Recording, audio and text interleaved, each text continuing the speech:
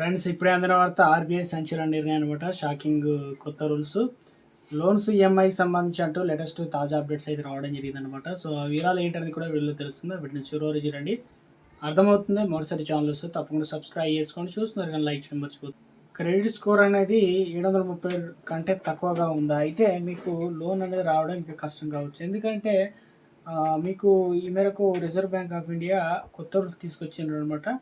So ఇందులో వచ్చేసి expected credit loss పేరుతో కొత్త నిబంధన తీసుకొచ్చారు. మార్గదర్శకాలు ఇవన్నీ కూడా వచ్చే ఏడాది ఏప్రిల్లో స్టార్ట్ చేయనున్నారనమాట. దీంతో మనము ఇప్పటి నుంచే లోన్ కావాలన్నా, లోన్ పే చేసేటప్పుడైనా ఎలాంటి క్రెడిట్ స్కోర్ ఉంటే మనకు ఎంత వస్తుంది, దీనివల్ల లాస్గా ఉంటే ఎలాంటి తక్కువగా ఉంటే మరి లోన్లకు సంబంధించి ఇస్తారా ఇవ్వరా, ఎలా వాటిని సరి చేసుకోవాలి.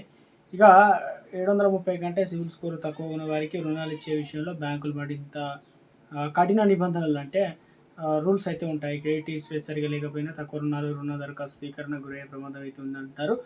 సిబిల్ తక్కువ ఉంటే రుణ కష్టం అనమాట. ఇక ఎక్స్పెక్టెడ్ క్రెడిట్ లాస్ సంబంధించి డైరెక్షన్లో 2026 ఫ్రేమ్వర్క్ను ఆర్బీఐ వచ్చే ఆర్థిక సంవత్సరం నుంచి అమల్లోకి తీసుకురానున్నట్టు చెప్తున్నారు. ఇది బ్యాంకింగ్ రంగం ఒక కీలకమైన సంస్కరణ చెప్పవచ్చు.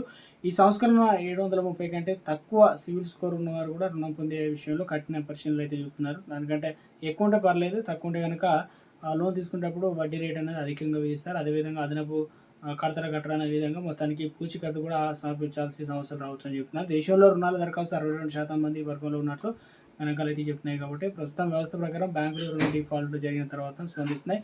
కొత్త నిబంధనల ప్రకారం బ్యాంకులు భవిష్యత్తు డేటాను ఉపయోగించి రుణ గ్రహీత ఎవరైతే ఉన్నారో తీసుకోవాలంటున్నారు. నిరంతరం అంచనా వేస్తారు. ఇక ఈఎంఐలు ఆలస్యం చేయడానికి అస్థిరమైన ఆదాయం, ఒకసారి క్రెడిట్ వినియోగం ఆకస్మిక పెరుగుదల వంటివి కూడా వాటి పరిగణలోకి తీసుకొని రుణ దరఖాస్తు తిరస్కరణకు సంబంధించి రానున్న రోజుల్లో ఇవన్నీ కూడా కష్టం అంటున్నారు. కొత్త రూల్స్ వల్ల 730 కంటే ఎక్కువ సివిల్ స్కోర్ ఉన్నటువంటి సుమారు 7 కోట్ల ప్రీమియం కస్టమర్లకు బ్యాంకులు ప్రాధాన్యత ఇస్తాయన్నమాట. ఇక వీరికి ప్రభుత్వ అంటే బహుమతులు అందించడంతో పాటు పోటీతత్వం కూడా ఆర్థిక ఉత్పత్తుల పూర్తి శ్రేణితో సేవలు అయితే అందించబోతున్నారు. మిగతా అందరికీ రుణం అందడం కష్టంగా మారవచ్చు. కాబట్టి అయితే సెక్యూర్డ్ క్రెడిట్ కార్డులు కావచ్చు, స్టెప్ ఆఫ్ లోన్స్ ఉత్పత్తులు కావచ్చు, సూక్ష్మ రుణాల మార్గాలు వంటి వాటిని తక్కువ క్రెడిట్ స్కోర్ ఉన్న వారికి కూడా అందుబాటులోకి అయితే ఉంచినట్టు చెప్తున్నారు.